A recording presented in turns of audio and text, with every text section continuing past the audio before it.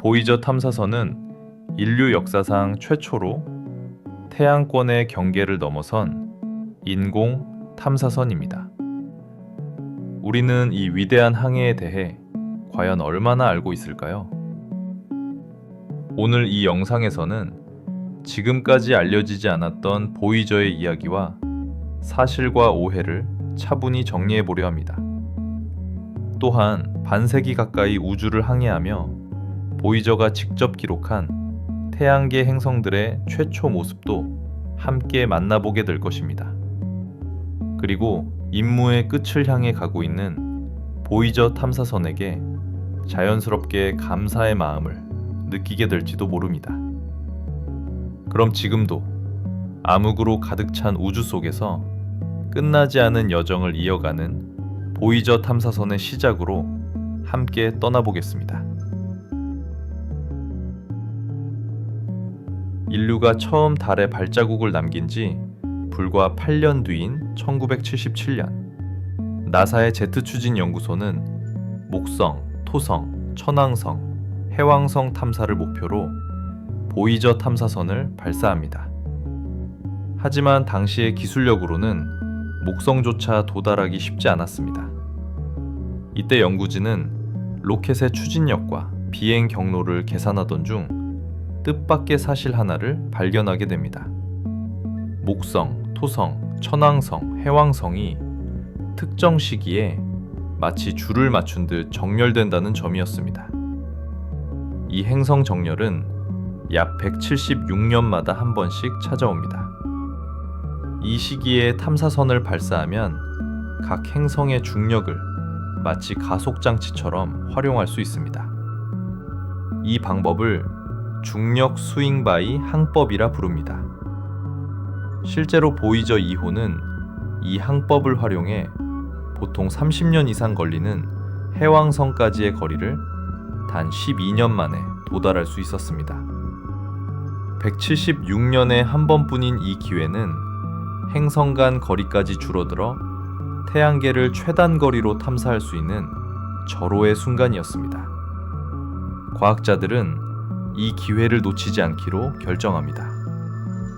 그렇게 나사는 인류의 메시지를 담은 골든 레코드와 함께 보이저 1호와 2호를 우주로 쏘아 올립니다.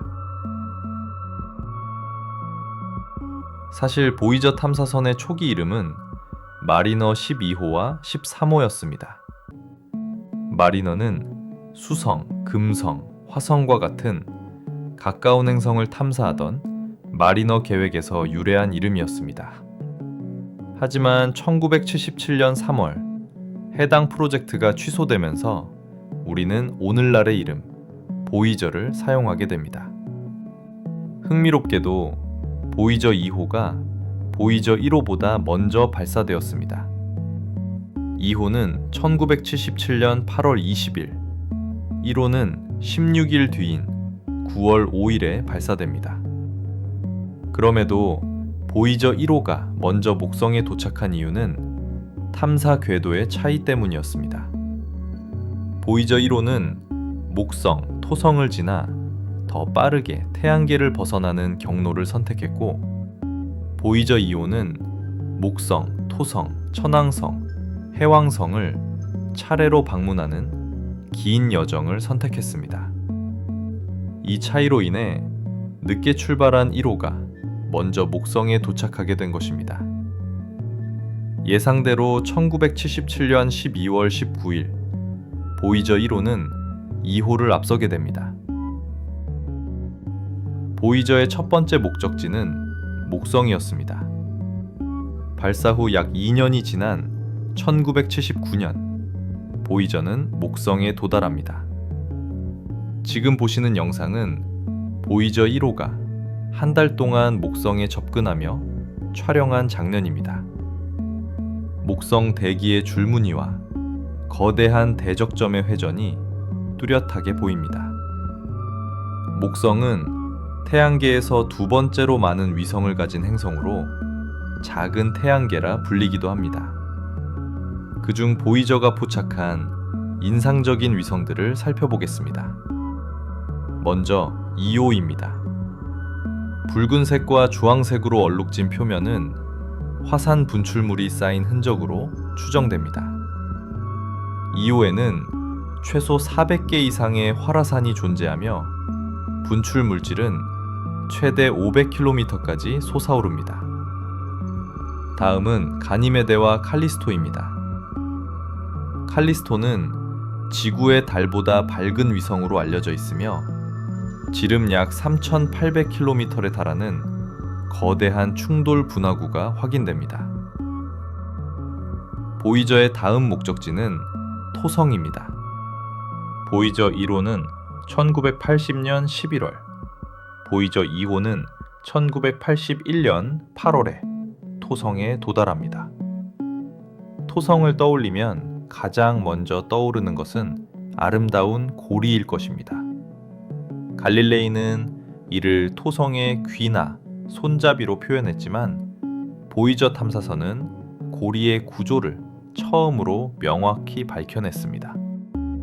토성에는 수십 개의 위성이 존재하며 그중 타이탄은 생명체 가능성으로 주목받는 위성입니다.